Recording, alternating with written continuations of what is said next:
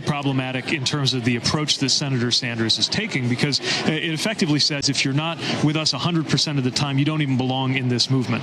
Bring people together is by presenting an agenda that works for the working people of this country, not for the billionaire class.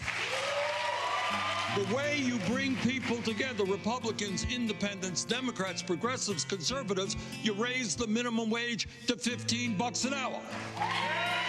The way you bring people together is to make it clear that we're not going to give tax breaks to billionaires and large corporations. They're going to start paying their fair share of taxes. That's what the American people want. And I'll tell you something else.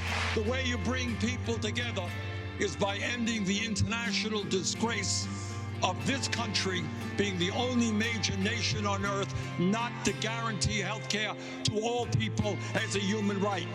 And you bring people together by telling the pharmaceutical industry they're not going to charge us 10 times more for the same prescription drugs as the people in Canada that borders on New Hampshire. That's how you bring people together and you defeat Donald Trump. He's morally consistent. People get upset, especially establishment. He seems to be saying the same thing. When you actually love working people, you hate the fact that they're being exploited. When you love people of color, you hate white supremacy. If you love women, you hate male supremacy. If you love gay brothers and lesbian sisters, you hate homophobia. If you love trans folk, you hate transphobia. That's what we're talking about. And here's my dear brother, my Jewish brother from the greatest borough in the world, Brooklyn, who makes his connection to Vermont and remains constant with the integrity, honesty, decency, and a concern for the least of these.